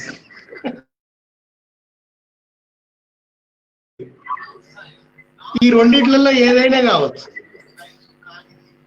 ఇప్పుడు వాళ్ళు ఇక్కడే కాదు, ఈవెన్ బయట దేశాల్లో కూడా, అమెరికాలో కూడా 1911లో అనుకుంటా, అక్కడ ఈ పారాసైకాలజీ మీద పెద్ద పెద్ద అది జరిగి, అక్కడ కూడా ఇది ఇది ఎడ్యుకేషన్ ఇన్స్టిట్యూట్ లో పెట్టాలి, దీన్ని స్టడీ చేయాలి, అది ఇది అని హంగామా చేశారు. కానీ కొంతమంది దాన్ని అడ్డుకున్నారు, ప్రూవ్ చేయమన్నారు, ఎవ్వడు చేయలేకపోయాడు. చివరికి అన్ని మూసుకొని కూర్చోవాల్సి వచ్చింది. వాళ్ళు క్లెయిమ్ చేసేది ఏమిటి అంటే, మేము ఇక్కడే ఉండి అంత దూరంలో ఉన్న ఆ స్పూన్లు కానీ ఇంకేమన్నా పరికరాలను వాటిని ఉంచేస్తాం. ఇప్పుడు భూత వైద్యాలు కూడా అవే, అట్లాంటివే. వాడు మొహం చూసి నీ మనసులో ఇవన్నీ అనుకుంటున్నావు అని వాడు చెప్తాడు. ఇప్పుడు ఆమె భయపడి ఒక డిప్రెస్డ్ కండిషన్ లో లేడీ కానీ జెంట్ కానీ ఎవడైనా పోతే ఆ పరిస్థితిని గమనించి వాడు ఏదో చెప్తాడు, అంతేగాని దానికి కరెక్ట్ ఇది దీని కొలబద్ద అనేది ఏమీ ఉండదు. ఇప్పుడు మనోళ్ళు జ్యోతిష్యం చెప్తారు చూడండి, ఉగాది రోజు ఏ పార్టీ ఆఫీసులో పోతే ఆ పార్టీకి అనుగుణంగానే వాడు జ్యోతిష్యం చెప్తాడు. పంచాంగం అంతే, వచ్చేది మీదే అధికారం అంటాడు, నువ్వే ముఖ్యమంత్రి అంటాడు, లేదా నువ్వే ప్రధానమంత్రి అంటాడు. ఇక వాడికి తాంబూలమో అవి 10,000 20,000 ఎంతో ఇస్తాడు, వాడు తీసుకుని. ఇది ఈ భూత వైద్యం కూడా డబ్బులు లాగే ఒక మెకానిజం తప్ప it is not a science at all. దానికి వాడు ఫేస్ రీడింగ్ అంటాడు. ఫేస్ రీడింగ్ ఏంటి? ఫేస్ రీడింగ్ మామూలుగా మనమైనా చేయొచ్చు. ఎవడన్నా బాగా దెబ్బతిని వచ్చిన వాడి, అరే వీడు బాగా డిస్టర్బ్ గా ఉన్నాడే అనేది మనకు తెలిసిపోతుంది. లేదు ఎప్పుడు మొహం మార్చుకొని ఉండేవాడు బాగా చలాకీగా ఉంటే, ఏంటి వీడు ఎప్పుడు లేదు ఎంత సంతోషంగా ఉన్నాడు అనేది మనకు అనుమానం వస్తుంది. ఇది హ్యూమన్ సైకాలజీ అంతే. వాడేంటి, వాడు ఇంకా కొంచెం కల్పించి దానికి ఆ భూత కల్పనలు చెప్పి దాన్ని ఎగ్జాగరేట్ చేసి డబ్బులు లాగటం.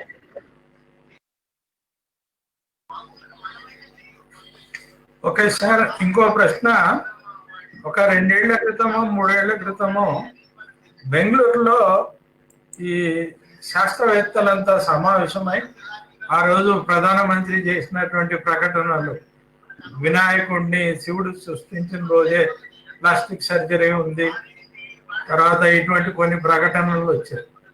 వాటన్నింటినీ ఖండించి ఇటువంటి అంశాలు ఏవి కూడా మేము పాఠ్యాంశాల్లో చేర్చము, చెప్పము అని చెప్పేసి చెప్పారు. ఎందుకని మళ్ళీ అటువంటి ఒక ఉద్యమం అనేటువంటిది కనిపించాలి కదా, కనిపిస్తుందా? దానికోసం ఏదైనా ప్రయత్నాలు జరుగుతున్నట్లు మీకు అనిపించిందా? ఏదైనా వివరాలు ఉంటే చెప్పండి. జరుగుతున్నాయండి. లేటెస్ట్ గా మీకు నేను ఒక విషయం చెప్పదలుచుకున్నాను. సదానంద గౌడ అని సెంట్రల్ మినిస్టర్ ఉన్నాడు. ఆయన ఢిల్లీలో ఒక సాయిల్ సైంటిస్ట్ కు అవార్డు ఇవ్వాల్సి ఉంది మొన్న నెల కింద. ఆయన సిన్సియర్ గా పోయి మైక్ దగ్గరికి పోయి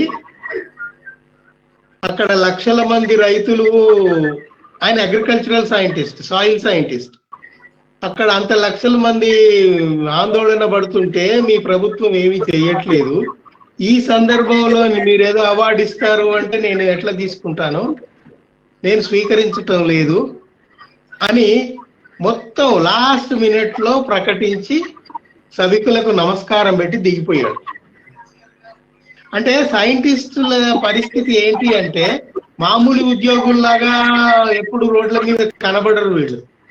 ఎందుకంటే వాళ్ళు వాళ్ళ ల్యాబొరేటరీస్, వాళ్ళ వర్క్ తోటి బిజీగా ఉంటారు.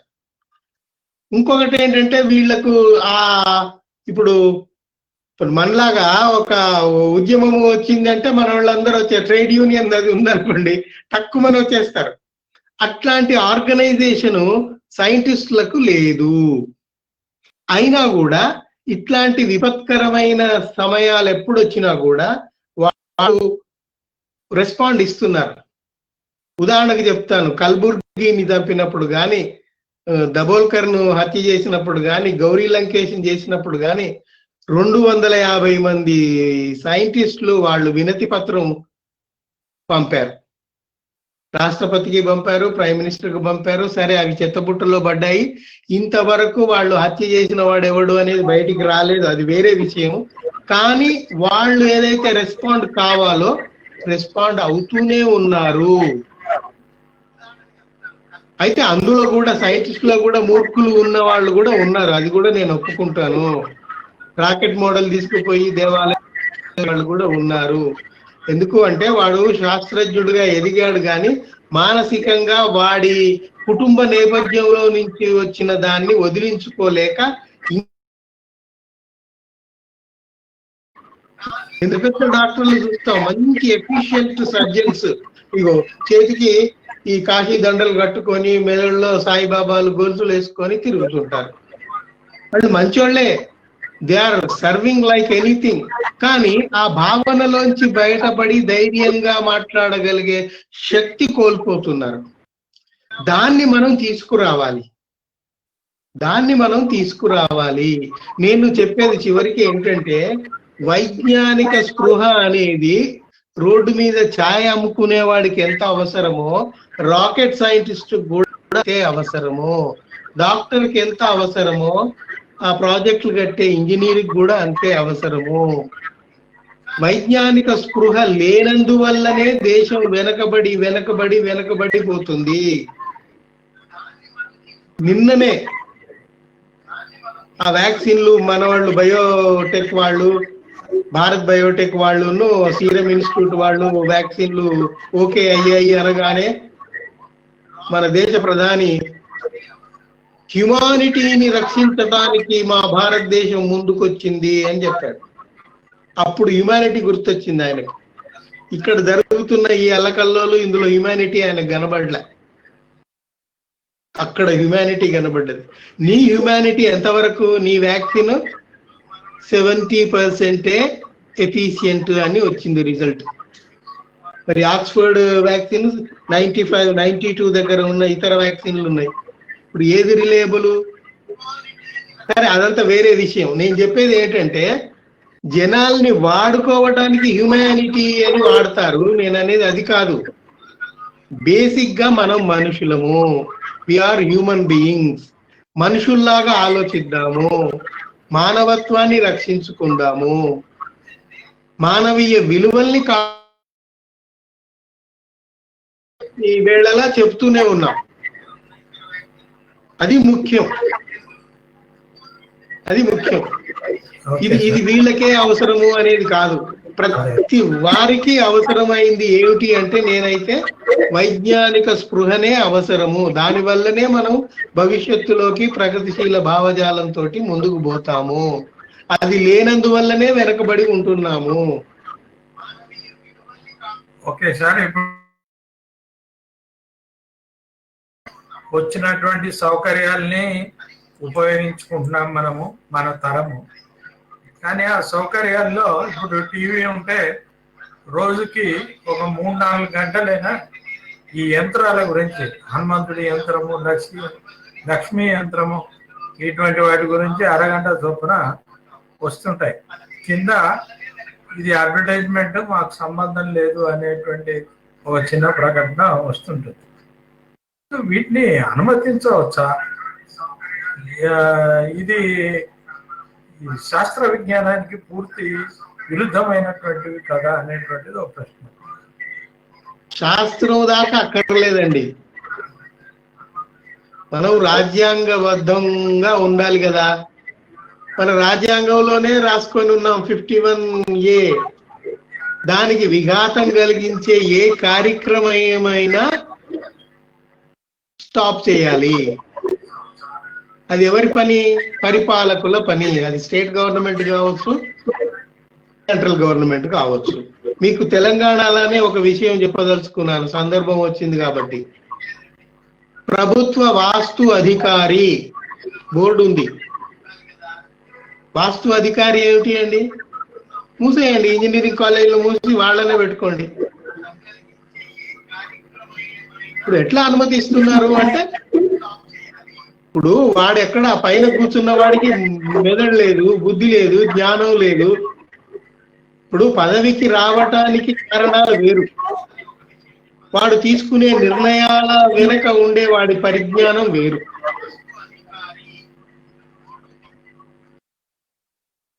అయితే ఈ రెండు ఇప్పుడు మనం కూడా కామన్ మ్యాన్ కి నేను చాలా సార్లు చెప్పేది ఏమిటంటే, ప్రతి విషయాన్ని నిర్వచించుకుందాము. We have to redefine it. మా తాత చెప్పాడు కదా, మా నాన్న అట్లాగే చేశాడు, నేను ఇట్లాగే చేస్తాను అనేది పొరపాటు. అది వ్యక్తుల గురించి అయినా కావచ్చు, వ్యవస్థల గురించి అయినా కావచ్చు, సమాజంలో ఉన్న అనేక విషయాల మీద ఏదైనా కావచ్చు. మనము ఆ సైంటిఫిక్ టెంపర్మెంట్ అనే కొలబద్దతోటి దాన్ని కొలిచి ఇది అవసరమా లేదా అని గనక మనము పోతే, అయితే మీరు ఇందాక అన్నట్టు టెలివిజన్లో అవన్నీ వస్తున్నాయి అంటే అది పొరపాటు. అది గవర్నమెంట్స్ స్టాండ్ తీసుకోవాలి, బ్యాన్ చేయాలి. రాజ్యాంగ విరుద్ధంగా నువ్వు నడుచుకుంటున్నావని వాళ్ళకి నోటీసులు ఇవ్వాలి, ఇవ్వట్లేదు. ప్రశ్న, ఆయుర్వేదాన్ని మతంతో ముడిపెడుతున్నారు, దీన్ని మీరు ఎలా చూస్తారు? మతంతో అన్ని పెడతారండి. ఒక్క ఆయుర్వేదం అన్నాడు వాడు, అంటే ఆయుస్సును పెంచే వేదం అని అక్కడ వాడు. సరే, ఆ వెనకట అప్పుడు ఏం ఏడ్చారో ఏమైందో. ఇప్పుడు మనం చూడాల్సింది ఏంటంటే, ఏ సైన్స్ లోనైనా పరిశోధనలు జరుగుతున్నాయా, పరిశీలనలు జరుగుతున్నాయా, కొత్త విషయాలు వెలుగులోకి వస్తున్నాయా, అదే సైన్స్. ఆయుర్వేదిక్ ల్యాబొరేటరీస్ ఎక్కడ ఉన్నాయండి? ఏం చేస్తున్నారు? వాడెప్పుడో 100 సంవత్సరాల కింద ఒక మూలిక ఏదో రాస్తే అదే పట్టుకొని ఉన్నారు, కానీ దాన్ని రిఫైన్ చేశారా?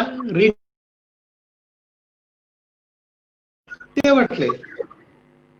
ఇక్కడ విషయం ఏమిటంటే, అది యునాని కానీ, ఆయుర్వేదం కానీ, టిబియా కానీ, హోమియో కానీ, అన్ని రకాల మందులు వృక్షాల నుండి, జంతువుల నుండి మాత్రమే తయారవుతున్నాయి.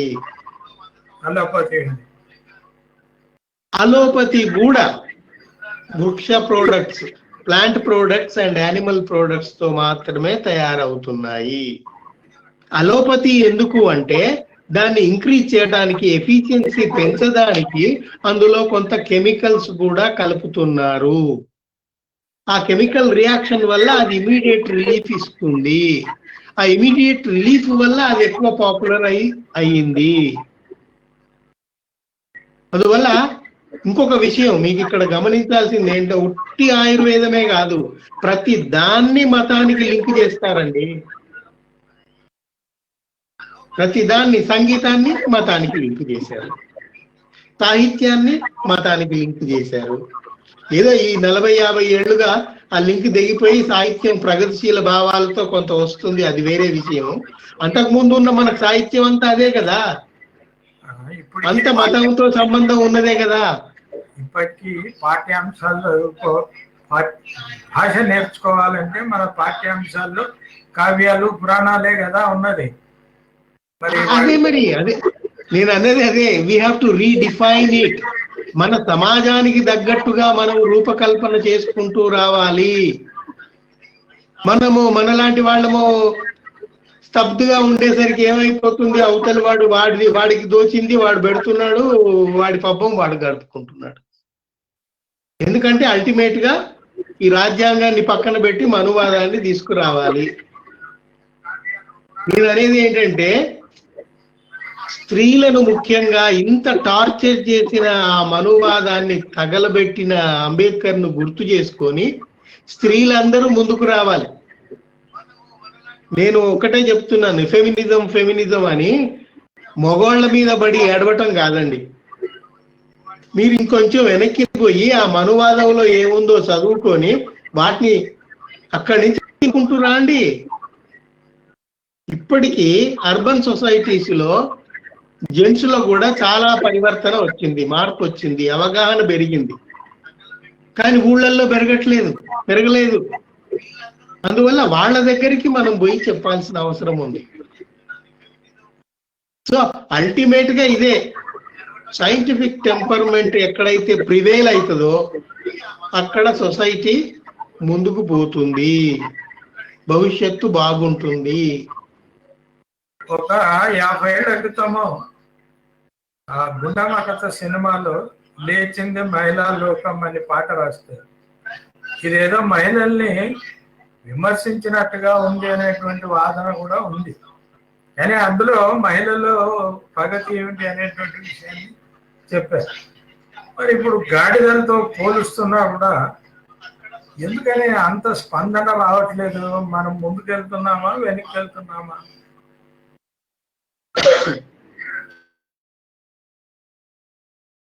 విషయాల్ని సీరియస్ గా తీసుకునే వాళ్ళు తగ్గిపోయారండి. ఇప్పుడు రూరల్ పాపులేషన్ లోనేమో విషయాలు తెలియవు. అర్బన్ పాపులేషన్ ఎట్లా తయారైంది అంటే టీవీలకు అతుక్కుపోయి సీరియళ్లు చూడటము, లేదా న్యూస్ చూడటము, పాలిటిక్స్, వీడిని వాడెట్లా తిట్టుకున్నాడు, వాడిని వీడెట్లా తిట్టుకున్నాడు, ఎంజాయ్ చేయటము, సెలవులు వస్తే చలో బయటకు వెళ్ళి బిర్యానీ తిని రావటము, హాలిడే స్పెండ్ చేయటం అంటే ఇదే వాళ్లకు. లేదా దగ్గరున్న ఏదైనా ప్లేస్ కు పోవటము, లేదా తీర్థయాత్రలాగా ఒక గుడికి పోవటం, గుట్ట మీదకి పోవటం, లేకుంటే కొండ మీదకి పోవటం. నేను అనేది ఏంటంటే ఆ క్రిటికల్ అనాలిసిస్ జనంలో పెరగాల్సినంత పెరగట్లేదు. ఇప్పుడు నేను మీకు ఒక ఎంఎన్ మాట చెప్పాడు, అది మీకు అందరికి గుర్తు చేస్తాను నేను. ఆయన ఏమన్నాడంటే, no we have to educated people అన్నాడు. అదే మీరు ఈ మాట చెప్తున్నారు కదా, ఇప్పుడు ఒక వ్యాఖ్య వచ్చింది, అది మీ దృష్టికి తెస్తాను. అదేంటంటే Adinarayana Bodapati, in fact villagers and illiterates exhibit more tolerance than urban educated.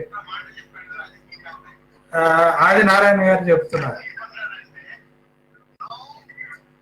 Villagers లో ఎక్కువ టాలరెన్స్ ఉంది అంటున్నారా? ఆ ఇల్లిటరేట్ విలేజెస్ లోనే ఎక్కువ టాలరెన్స్ ఉంది, అర్బన్ లో అంత టాలరెన్స్ లేదు అని. అదే అండి, ఇప్పుడు ఏ ఉద్యమము, అప్పుడు సారా వ్యతిరేక ఉద్యమం వచ్చింది, మహిళలు ఎట్లా తిరగబడ్డారు మనం చూసాము. అట్లాంటి ఇష్యూస్ ను తీసుకొని గ్రామాలలో ఉన్న మహిళలను చైతన్యవంతం చేసి వాళ్లకు విషయాలు అర్థం చేయించి తీసుకురావాలి. నేను ఇందాక చెప్పినట్టు అర్బన్ ఉమెన్ కూడా ఎట్లా రొటీన్ గా తయారైపోయారంటే ఇంకంతే, టీవీకి అతుక్కుపోయి సీరియళ్లకు అతుక్కుపోతే ఇంకా వాడికి ప్రపంచంలో ఏం జరుగుతుంది వాళ్ళకి ఏం తెలియదు. అట్లా తయారయ్యారు ముఖ్యంగా మిడిల్ క్లాస్ ఉమెన్. ఇప్పుడు కాయ కష్టం చేసుకునే వాళ్ళకు టైం ఉండదు. వాళ్ళ ఇంటికి వచ్చే వరకే రాత్రి 8, 9 అవుతుంది. ఇంత వండుకొని తినేసరికి చీకటి పడుతుంది, రాత్రి అయిపోతుంది. ఇక మరీ పైన ఉన్న వాళ్ళకు వేరే అవగేషన్స్, వ్యాపారమో అదర్వైజ్ ఏదో ఉంటది అవగేషన్, వాళ్ళకు కూడా అంత టైం ఉండదు. ఈ విరామం ఎక్కువ దొరికే వాళ్ళందరూ గనక ఇట్లాంటి విషయాల మీద అయ్యో మన గురించి పాఠ్య పుస్తకాలలో ఇంత దరిద్రంగా రాశారా,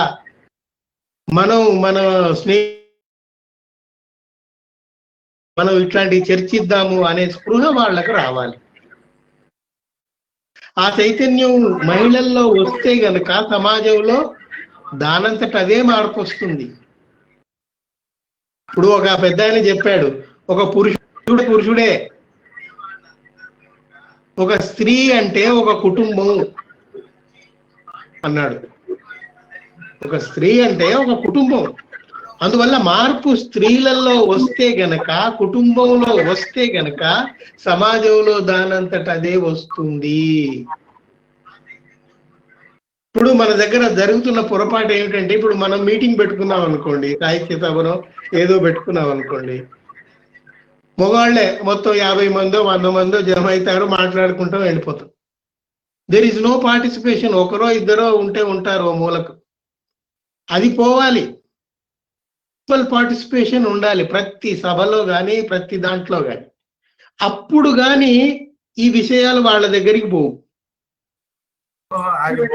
అది పోవాలంటే వచ్చే మగవాళ్ళు తీసుకొని రావాలి కదా. నేను అనేది అదే, తీసుకురావాలి. తీసుకురాకుండా ఎట్లా అవుతుంది? ఇప్పుడు అల్వార్ స్వామి ఎక్కడోడండి, ఎప్పటివాడు, మనకంటే ఎప్పటి తరం వాడు. ఆయన ఆ కాలంలోనే 30లలో 40లలో ఏ సాహిత్య సభకు వచ్చినా భార్య ఎంబడి ఉండేది.